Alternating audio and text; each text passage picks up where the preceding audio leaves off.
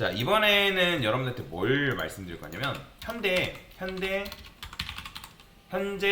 웹 개발, 현재 웹 백엔드 개발을 할 때, 그러니까 자바예요. 이거는 자바. 현재 자바 웹 백엔드 개발을 할 때 적용하는 디자인 패턴이 있습니다. 디자인 패턴.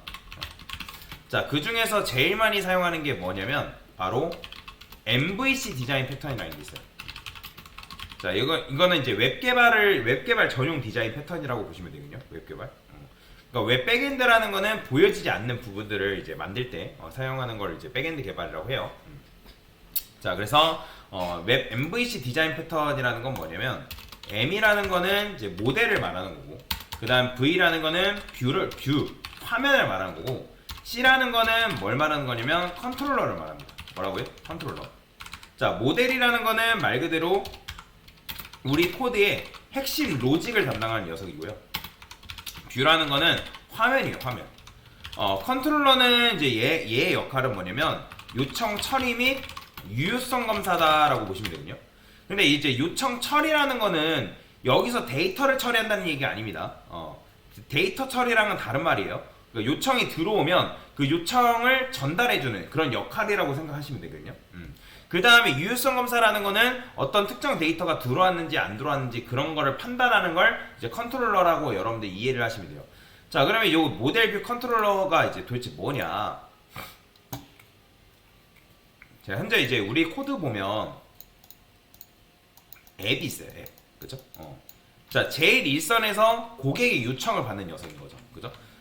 그러면 얘가 이제 클라이언트라 했을 때, 클라이언트. 자, 고객을 클라이언트라 해볼게요. 고객. 자, 그러면 고객이 예를 들어서 어떤 요청을 받으면 제일 일선에서 그 요청을 받는 녀석이 바로 앱이에요, 앱.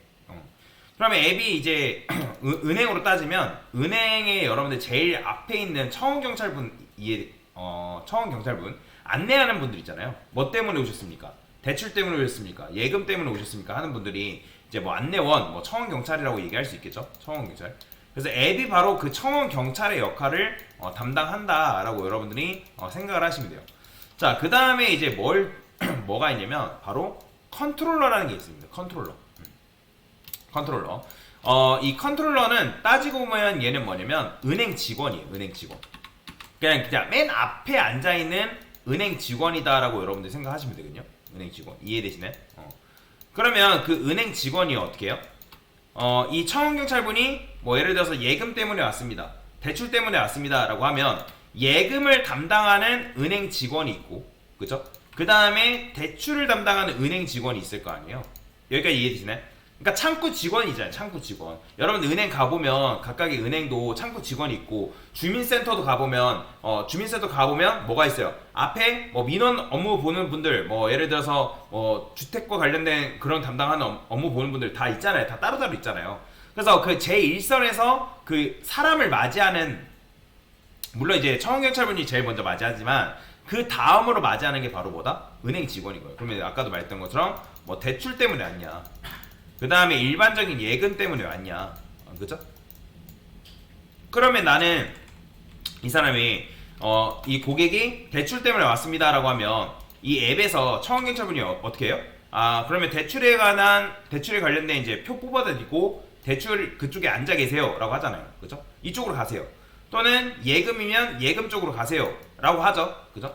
그게 바로 뭐냐면 컨트롤러예요. 컨트롤러. 그러니까 컨트롤러가 제1선에서 데이터를 받는다라고 보시면, 그러니까 요청에 대해서 어떤 요청인지 그걸 받는 거예요. 자, 그러면 그 요청에 대해서 딱 받았을 때 얘가 뭐 하냐면 아까 뭘 한다? 유효성 검사를 한다 했죠. 유효성 검사. 그럼 유효성 검사라는 게 뭐예요? 그러니까 예를 들어서 여러분들이 대출을 받으러 왔어요. 그러면 대출을 받으러 왔으면 대출에 필요한 서류가 있단 말이에요. 서류. 그죠? 뭐 예를 들어서 뭐 신분증 가져왔냐, 그죠? 신분증 가져왔냐, 또는 뭐 예를 들어서 소득증명 가져왔냐, 소득증명, 그죠? 이런 것들 가져왔냐. 그 다음에 또 뭐가 있을까요? 등본 가져왔냐, 그죠? 그러니까 이런 것들을 가져왔는지 안 가져왔는지 뭐예요? 은행 직원이 물어보겠죠. 그죠? 그러면 직원이 만약에 이제 이거 가져오는데 안 가져왔다 했어요. 내가 안 가져왔어요. 그러면 안 가져왔으면 당연히 어떻게 하겠어요? 돌려보내야죠. 돌려보내야죠. 가세요, 다시. 이거 챙겨가지고 오셔야 되니까, 이거 챙겨가서 다시 오세요. 그러니까 마찬가지예요. 자, 여러분들이 예를 들어서 뭔가 로그인을 한대요, 로그인을. 그러면 이제 컨트롤러가 이렇게 있는데, 자, 컨트롤러. 여러분들이 로그인을 하려고 해요, 로그인. 그러면 이 사람이 로그인 하려고 왔단 말이에요. 컨트롤러까지 왔어요. 근데 로그인에 필요한 정보가 있을 거 아니에요? 뭐가 필요해요? 아이디가 일단 필요할 거고, 그 다음에 비밀번호가 필요할 거 아니에요. 그죠? 기본적으로 필요한 게 이거죠. 그 다음에 아이디를 입력을 안 했으면 당연히 뭐예요? 또 돌아가. 그죠? 근데 아이디를 입력했는데 그 아이디가 해당 데이터베이스 상에, 그러니까 데이터가 존재하지 않아요. 로그인에 대한 아이디가 없다. 그럼 당연히 돌려보내야겠죠. 비밀번호도 마찬가지죠. 비밀번호도 입력을 했는데 비밀번호 틀렸으면 너 돌아가 빠꾸야. 안 돼. 그죠? 그 다음에 비밀번호를 제대로 입력했어도 그 아이디하고 일치하는 비밀번호인지 확인을 할 거 아니에요. 그럼 일치하지 않으면 당연히 돌아가. 그러니까 제대로 입력 안 했으면 돌려 보내는 역할을 바로 누가 한다? 바로 컨트롤러가 하는 거다라고 보시면 돼요. 이해가 되시나요? 그래서 컨트롤러는 어떤 요청을 딱 받고 그 요청에 대해서 뭐 한다? 너 이거 가져왔습니까? 그러니까 유효성 처리를 하는 게 바로 뭐다? 바로 이 컨트롤러가 하는 일이다라고 보시면 돼요. 여기까지 이해되시나요? 자, 그 다음에 이제 컨트롤러에서 여러분들이 뭐 어떤 요청에 대해서 대출에 대한 서류를 이 사람이 클라이언트가 잘 준비를 했어요. 그러면 뭐예요? 이 사람이 대출을 받을 수 있는 자격이 되는지를 확인을 해야 된다. 확인. 그죠? 신용 검사라든지 그런 걸 한단 말이에요. 자, 그걸 하는 역할을 하는 게 바로 뭐냐면 바로 서비스예요. 서비스. 얘가 바로 뭐냐면 서비스입니다. 서비스. 자, 서비스는 어디에 포함이 되어 있냐면 바로 모델 안에 들어가 있습니다. 서비스가 있고, 그 다음에 뭐 DTO라는 게 있고요. 그 다음에 여기에 또 뭐가 들어가냐면 리포지터리라는 게 들어가요. 이게 바로 이제 모델 안에 들어가는 녀석들이에요. 자, 이 서비스는 쉽게 말하면 전산이에요. 전산 처리. 이거 하나의 시스템이다라고 여러분 생각할 수 있거든요. 시스템. 그러니까 은행 직원이 여기로 들어가서 이 사람에 대한 정보를 확인하잖아요. 그죠? 확인한 다음에 얘가 정말 대출을 받을 수 있는지 없는지 그런 것들을 파악을 한단 말이에요. 참고로 컨트롤러는 판단을 할 수가 없습니다. 어떤 데이터에 대한 판단을 여기서 내리는 건 아니에요. 판단은 오직 서비스에서 내릴 수가 있는데, 그러면 대출을 받을 자격이 된다. 그러면 얘가 이제 되는 걸 확인했으면 그 전산에다가 뭔가를 입력을 하겠죠. 그죠? 여러 가지 이제 것들을 이제 대출에 받을 수 있는 그런 이제 자격 요건에 대해서 입력을 한단 말이에요. 그러면 입력 처리를 담당하는 게 바로 뭐다? 서비스가 한다. 그러면 이제 입력 처리가 완료가 됐어요. 그죠? 그러면 그 입력 처리를 뭐 해야 돼요? 저장을 하잖아, 저장. 그러면 그 저장을 하게 되면 저장을 한다 해가지고 전산에서 이제 저장이 되는 건 아니고 저장을 담당하는 녀석이 또 있어요. 그게 바로 뭐냐면 리포지터리예요. 뭐라고요? 리포지터리. 그러면 얘는 쉽게 말하면 이제 뭐랄까 창고직이라 보시면 되거든요. 창고직이.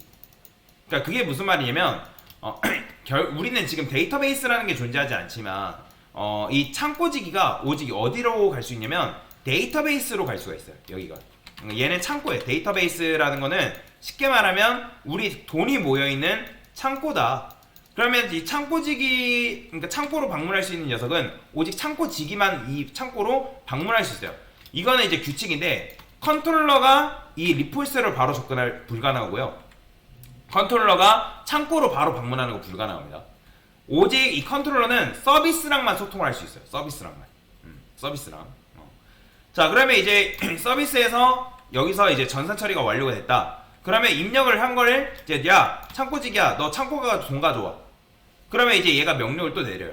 그러면 창고지기가 창고로 가서 그 데이터에 맞는 데이터를 저장 또는 삭제 그런 것들을 이제 얘를 통해서 뭐 한다? 처리를 하게끔 되어 있다.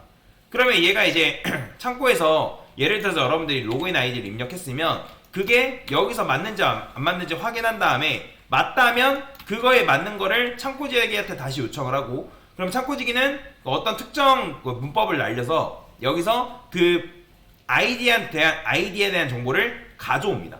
그럼 가져와서 창고에서 다시 꺼내온 거를 전산 시스템한테 넘겨주고, 전산 시스템에서 이 컨트롤러한테 넘겨주면 컨트롤러는 누구한테? 바로 고객한테 보여주는 거예요. 그래서 이걸 뭐라고 하냐면 뷰라고 합니다. 뷰, 고객이.